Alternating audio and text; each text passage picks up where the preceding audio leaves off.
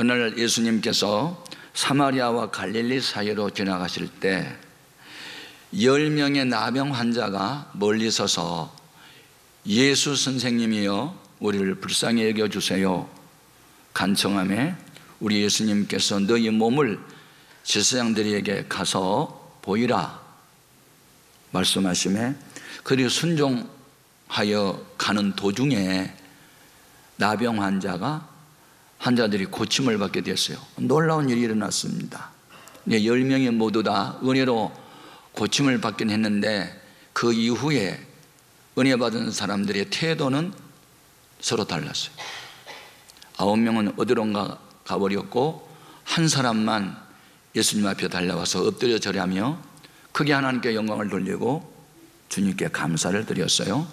그러자 우리 예수님께서 네 믿음이 너를 구원했다 이렇게 말씀하셨는데 병고침을 받은 것은 육신의 구원이고 그 다음에 선포한 구원은 영혼 구원입니다. 오늘 우리가 예수를 믿되 어떤 육신적인 문제만 해결받기 위해서 믿음이 아니고 영생에까지 도달한 믿음이어야 될 줄 믿습니다. 이 말씀 속에서 우리에게 주신 교훈이 한 3가지가 있는데 첫 번째는 구원은 예수님의 은혜로만 받는다는 겁니다. 여기 10명의 나병 환자, 이 생에서 가장 비참한 인생들입니다. 저는 나병 환자촌을 몇 번 가봤는데요, 눈 뜨고 볼 수 없습니다.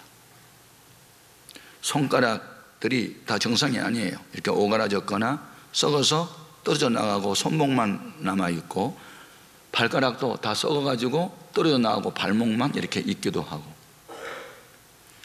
눈이 썩어서 아주 보이지도 않은 사람도 있고 코가 무너져 내려가지고 동굴처럼 뻥 구멍에 뚫려 있는 사람도 있고 몸에서 고름이 나고 악취가 나고 그래서 일단 나병 환자로 판명이 되면 격리 수용을 시킵니다. 너무너무 비참합니다. 예.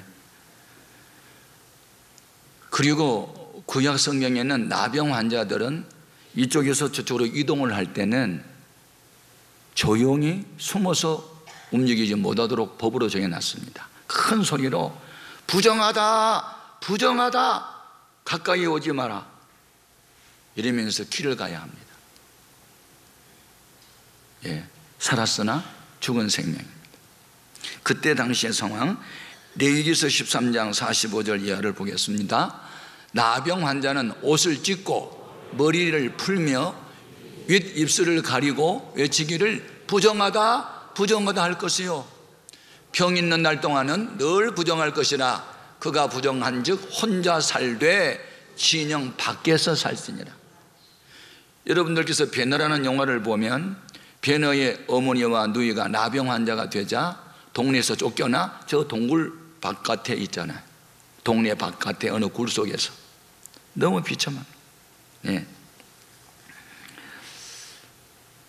여기에서 나병 환자는 영적으로 하나님을 떠난 인생들을 말합니다. 나병 환자는 죄인의 모형이에요. 인간이 죄를 지으면서 본래의 형상이 사라졌어요.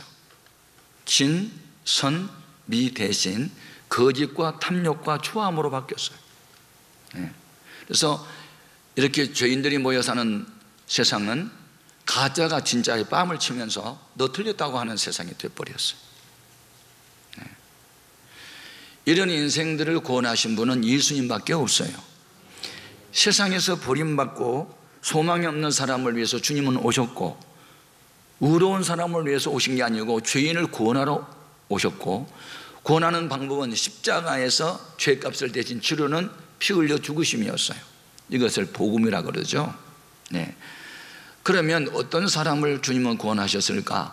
예수님만이 구원자시니 나를 구원해 주세요. 다른 분은 없어요. 나를 불쌍히 여겨달라고 자기는 불쌍히 여김을 받아야 할 존재임을 입으로 시인을 하고 주님만이 구원자라고 시인을 하는 사람에게 주님은 자비를 베풀어 주십니다. 오늘 본문 말씀 12절 13절로 확인해 볼게요.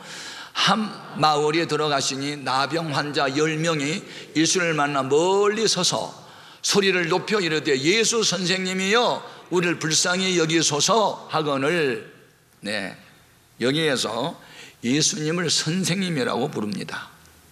당시의 선생님은 두 부류가 있었어요. 하나는 랍비라는 선생, 성경 가르치는 사람이에요. 그런데 또 하나의 선생은 이 데피스타타라는 선생인데, 이 선생은 하늘의 권위, 하늘의 권세, 하나님을 대신하여 능력을 행하는 선생을 여기에 데피스타타라고 했어요. 그러니까 여기서 그들이 외칠 때는 그냥 랍비라고 부르지는 게 아니고 데피스타타, 하나님의 권위로 나병까지 고치는 권세 있는 선생님, 이렇게 부른 거예요. 예수님을 어떻게 아느냐에 따라서 믿음도 달라질 수 있어요. 예수님은 인생이 해결할 수 없는 문제를 능히 해결할 수 있다고 믿을 때 주님만 의지하게 돼요. 주님 없이는 우리는 소망이 없어요. 주님만이 나병을 고칠 수 있어요. 그래서 주님이 우리를 불쌍히 여겨달라고 외친 거예요. 오늘날 예수님 없이도 살 수 있는 사람이 많죠. 남보다 많이 가진 지식, 경험, 기술, 좋은 가문, 조상으로 물려받은 무슨 재산 등등, 그런 것을 의지하고 삽니다. 그런 분들은 절박한 사정도 없고 어떤 일이 있어도 인간의 수단 방법으로만 해결하려고 하지 주님 나를 불쌍히 여겨달라고 기도하지 않습니다. 그런데 주님은 주님만이 구원자라고 자기를 믿고 의지하는 자에게 반드시 구원의 손을 베푸십니다. 주님이 병을 고치는 방법도 다양하죠.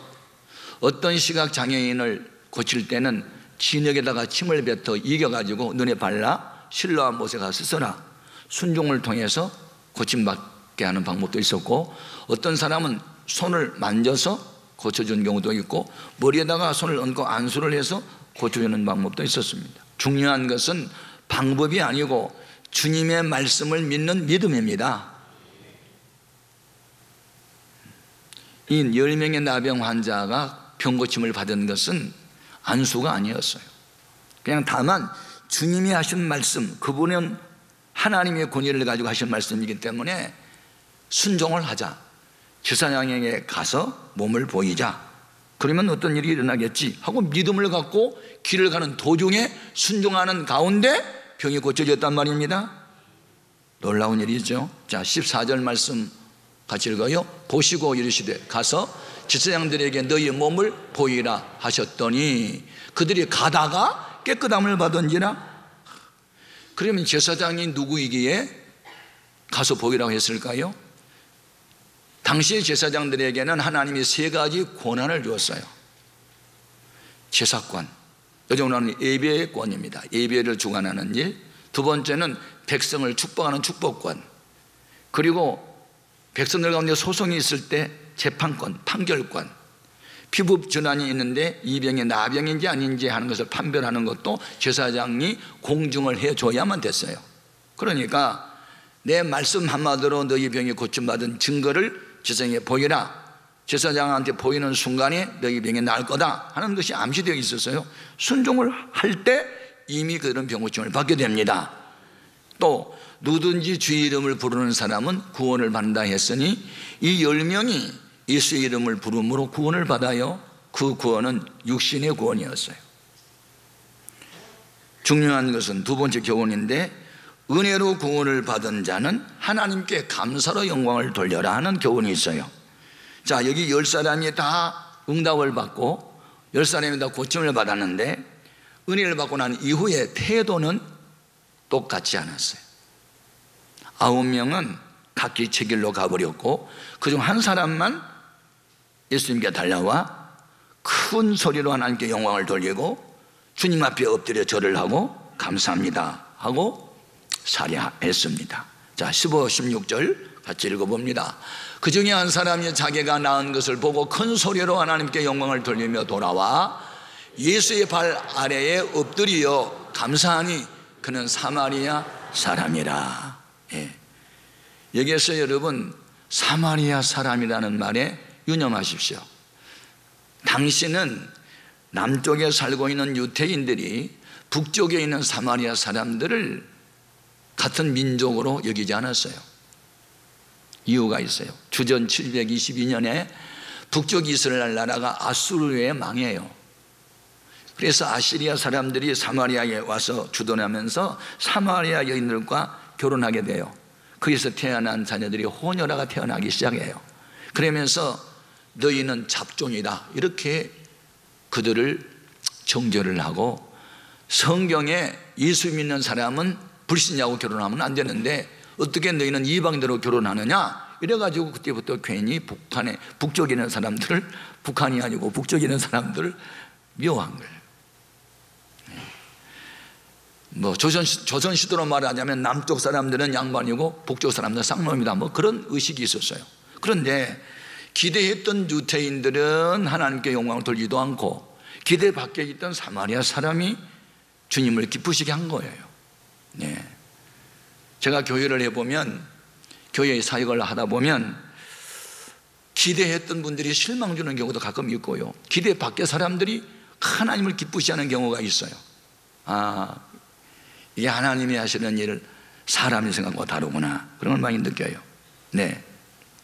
중요한 것은 예수 믿는 구원자는 구원자인데 육신의 병 고친 것도 구원받았다, 그렇게 이야기하는 거거든요.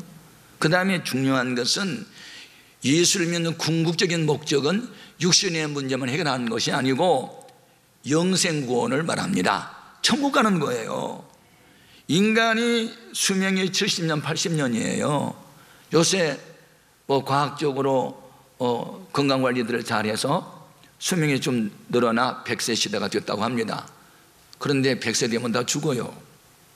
죽고 난 이후에 갈 곳은 두 곳밖에 없는데, 하나님의 뜻대로 신앙생활을 잘하는 사람 천국 가고, 그렇지 못한 사람 지옥 간다고 되어 있어요. 여기서 주님께서 두 번째로 구원을 선포한 것은 영혼 구원을 말한 거예요. 오늘날 교회 다니면서 암병 고친 사람이 있어요. 진퇴양난에서 기도해서 문제가 풀린 사람이 있어요. 그것으로 끝나면 안 돼요. 우리는 영혼 구원까지 가야 돼요. 믿음에서 믿음으로 가야 돼요. 로마서 1장 17절에 같이 읽어봅니다. 복음에는 하나님의 의가 나타나서 믿음으로 믿음에 이르게 하나니 기록된 바 오직 의인은 믿음으로 말미암아 살리라 함과 같으니라. 네. 은혜 위에 은혜. 성령 받고 거듭났으면 믿음이 자라야 하고, 거룩한 삶을 살아야 하고, 주님을 본받아야 하고, 영생 천국을 사모해야 되고, 세상 사람과 구별되게 살아야 돼요. 이게 구원받은 사람들의 태도고 모습이어야 되고 삶의 원칙이어야 돼요. 그런데 여기에 은혜를 받고 주 앞에 나와 감사한 사람은 하나님께 영광을 돌리되 큰 소리로 영광을 돌렸다 그랬거든요. 예. 하나님, 내 병 고쳐주셔서 감사합니다, 이렇게 큰 소리로 외쳤다는 거예요. 나는 예수를 믿음으로 운명이 바꿔졌습니다. 나는 예수를 믿고 사망에서 생명으로 옮겼습니다. 무가치 한 인생, 버림받은 인생이 존귀한 인생으로 바꿔졌습니다. 이렇게 입으로 큰 소리로 주 앞에 영광을 돌렸다는 거예요. 입은 왜 만들었느냐? 주님의 이름을 높이 찬양하라고, 큰 소리로 하나님께 영광 돌리라고 목소리를 주셨으니 우리도 목소리를 크게 외쳐서 주를 찬양해야 할 것입니다. 히브리서 13장 15절 같이요. 그러므로 우리는 예수로 말미암아 항상 찬송의 제사를 하나님께 드리자. 이는 그 이름을 증언하는 입술의 열매니라. 아멘. 네. 큰 소리로 영광 돌리고, 또 예수님 앞에 나와서 엎드렸다는 말은 예수님을 최고의 존귀한 분으로 여겼고 자기는 가장 비천한 사람으로 여긴 거예요. 네. 예수님을 왕처럼 귀하게 여긴 거예요. 관계 계속 이어져 가기를 원했던 거예요.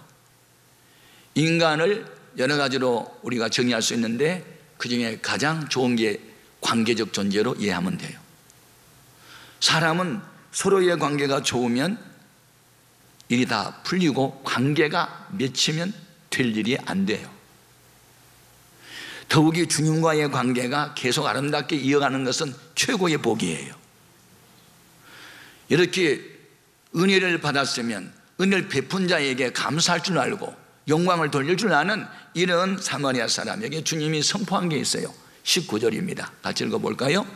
그에게 이르시되 일어나 가라, 내 믿음이 너를 구원하였느니라 하시니라. 여기서 말하는 구원은 영혼 구원을 말한 거예요. 육신의 병 고치고 어려운 문제가 해결되는 것으로 끝나면 안 되고 영혼 구원까지 발전하기를 원합니다. 우리 예수님을 따르는 사람이 그때 많았습니다. 왜냐하면 병 고친 일 많았고 귀신 내쫓아 주시고 배가 고픈 사람들에게 어느 날은 베세다 광야에서 5,000명이나 배가 부르게 먹여주시고 한 반은 또 4,000명이나 배부르게 먹여주시고 하니까 이 예수님을 우리 왕으로 섬기면 로마 주둔군은 물러가겠지, 로마에서 독립되겠다, 이분은 왕으로 모시면 우리 뭐 농사 안 해도 되겠는데, 이런 생각들을 하게 되면서 예수님을 억지로 왕을 세우려고 하니까 주님이 이 땅에 오신 목적과 서로 달랐기 때문에 주님은 그들을 피했어요. 우리가 예수를 믿되 주님의 원하는 대로 믿어야 주님이 우리와 함께 하시지, 우리의 마음과 생각이 주님 마음과 생각하고 일치가 안 되면 주님은 우리 곁을 떠나요. 이 사마리아 사람처럼 우리는 주님을 기쁘시게 해야 합니다. 받은 마음에 감사하며 살아야 합니다. 모든 영광도 앞에 돌려야 합니다. 예수를 믿는 궁극적인 목적이 천국 가는 겁니다. 그런데 대부분의 사람들이 여기에 은혜를 받고 감사할 줄 모르고 주님과 관계를 계속 이어가지 않은 9명처럼 신앙생활 하는 사람이 많이 있어요. 병 들었을 때 주님 찾다가 건강하면 주님 안 찾고, 어려움 당할 때 주여 찾다가 문제가 풀리면 또 멀리 가버리고, 이런 사람들은 이 세상에서 별스러운 기적을 행하기도 하고 기적을 체험했다 할지라도 천국 문에 딱 들어갈 때 문지기가 못 들어가겠네요. 왜냐하면 불법을 행했다고. 마태복음 7장 21절이야. 같이 읽어볼까요? 나더러 주여 주여 하는 자마다 다 천국에 들어갈 것이 아니요 다만 하늘에 계신 내 아버지의 뜻대로 행하는 자라에 들어가리라. 그날에 많은 사람이 나더러 이르되 주여 주여 우리가 주의 이름으로 선지자 노릇을 하며 주의 이름으로 귀신을 쫓아내며 주의 이름으로 많은 권능을 행하지 아니하였나이까 하리니, 그때에 내가 그들에게 밝히 말하되 내가 너희를 도무지 알지 못하니 불법을 행하는 자들아 내게서 떠나가라 하니라. 여기서 불법은 자기 멋대로 그 말입니다. 우리는 내 생각대로 아니고 주님의 원하는 대로 신앙생활이 바른 신앙생활입니다. 여러분, 우리 인생이 왜 사는 겁니까? 제가 토요일 날이면 제자 훈련을 시키는데 나눔의 시간이 되면 은혜가 넘치고 감동이 넘칩니다. 한 주간 동안 전도한 이야기를 쭉 나누는데 한 자매가 회사에서 거기에 센터장이라고 하는 분한테 전도를 냈대요. 그랬더니 예수를 왜 믿어요? 그러고 묻더래요. 그래서 센터장님은 왜 살아요? 그랬더니 대답을 못 하더래요. 예수를 왜 믿냐고 물어볼 때 예수 믿으면 참 좋아요. 그러면 궁금해서 뭐가 좋은데? 그러면 계속 말할 수 있잖아요. 근데 왜 살아요? 하는 분은 대답을 못하고 예수를 왜 믿어요? 하는 사람은 대답할 게 너무 많은 거예요. 오늘 우리는 성경을 통해서 인생을 왜 지으셨을까? 하나님이 땅과 바다, 사람 먹고 살도록 만들었다고 되어 있어요. 바다에서 나는 수산물, 땅에 사는 농산물 먹고 살라고. 그런데 사람은 왜 만든 거예요? 하나님 말씀 따라 살아, 하나님을 기쁘시게 하기 위해서 사람을 지었대요. 그게 계명을 지켜 살아가는 거래요. 자, 전도서 12장 13절 보겠습니다. 일의 결국을 다 들었으니 하나님을 경외하고 그 명령들을 지킬지어다. 이것이 모든 사람의 본분이니라. 아멘. 인생 지으신 목적대로 그리스도인들이 하나님이 구원해 주신 목적대로 살면 주님이 평생 동행합니다. 함께합니다. 도와주십니다. 은혜의 은혜를 더 주십니다. 그런데 언제 신앙이 무너지냐면 가난하고 병들 때는 신앙을 더 강하게 할 수 있는데 일이 잘 풀리고 돈을 많이 벌고 건강하고 그러면 신앙을 잃은 경우가 많아요. 옛날에도 그랬고 지금도 그래요. 그래서 성경에 언제 조심하라고 했느냐, 잘 될 때 조심하라고 되어 있어요.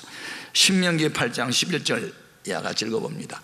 내가 오늘 내게 명하는 여호와의 명령과 법도와 규례를 지키지 아니하고 내 하나님 여호와를 잊어버리지 않도록 삼갈지어다. 언제 잊어버릴까요?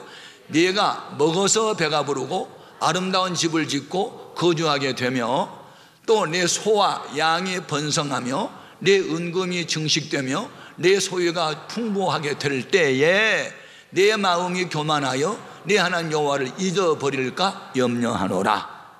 이 농경사회에 쓴 성경이에요. 그러니까 소, 양, 그것은 그때의 재산 목록이었거든요. 요즘으로 말하면 하여튼 사업이 잘 될 때 그런 말이죠. 그럴 때 하나님 잊어버릴까 조심하라. 네. 오늘 우리는 은혜 받기 전보다 은혜 받은 이후의 신앙생활이 더 주님 앞에 가까워져야 됩니다. 문제만 해결받고 그 다음에는 나 몰라 하고 주님을 떠나는 사람, 안타까운 사람이 주님이 찾으세요. 10명이 다 은혜 받았는데 9명은 어디 갔느냐? 왜 너만 홀로 왔느냐? 주님 9명 찾고 있잖아요. 10사람 다 은혜 받았습니다. 그런데 은혜에 보답한 사람은 한 사람밖에 없었어요. 예수 이름 걸고 문제만 해결받으려 하지 말고 은혜 베푸신 주님 은혜를 무엇으로 보답할고 큰 영광 주 앞에 돌리고 주 앞에 엎드려 감사하면서 주님과의 관계를 평생 이어가기를 바랍니다. 천국 갈 때까지 주님 손 붙잡으시기 바랍니다. 주님 손 붙들면 가장 미천한 자도 가장 존귀한 자가 되고 주님 손 놓아버리면 세상 값 얻어도 일순간에 바람과 함께 날아가 버리는 이 허무함을 경험하게 될 것이니 주님 한 분만 의지하고 한 분만 사랑하고 한 분만을 따라가십시오. 그러다 보면 다른 것도 다 넘치도록 줄 것입니다. 그러나 세상 것을 얻기 위해서 주님을 버리면 다 잃어버리는 날이 올 겁니다. 저는 이 비밀을 알고 있습니다. 그래서 조심을 버리지 않으려고 최선을 다합니다. 왜 나를 살려주셨나? 왜 생명을 연장시켜 주셨나? 내가 살아야 할 이유가 뭐냐?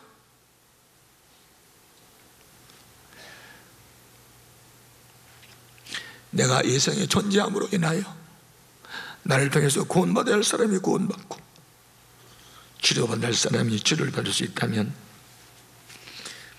나는 살아야 할 이유가 있다. 그러나 그 일을 할 수 없다면 삶의 가치는 없는 거다. 저는 이런 생각에 매일같이 살아갑니다. 왜 사냐고 묻는 질문에 대답하시고 살아야 합니다. 성경적으로 나는 하나님의 영광을 위해서 산다. 정답입니다. 그러면 하나님은 여러분을 위해서 살아줄 것이고 필요한 것을 공급해 주실 줄 믿습니다. 10사람 중 9사람 되지 말고 주 앞에 영광 돌리고 감사하며 사는 사마리아 사람 되기를 주님의 이름으로 축복합니다. 기도하겠습니다.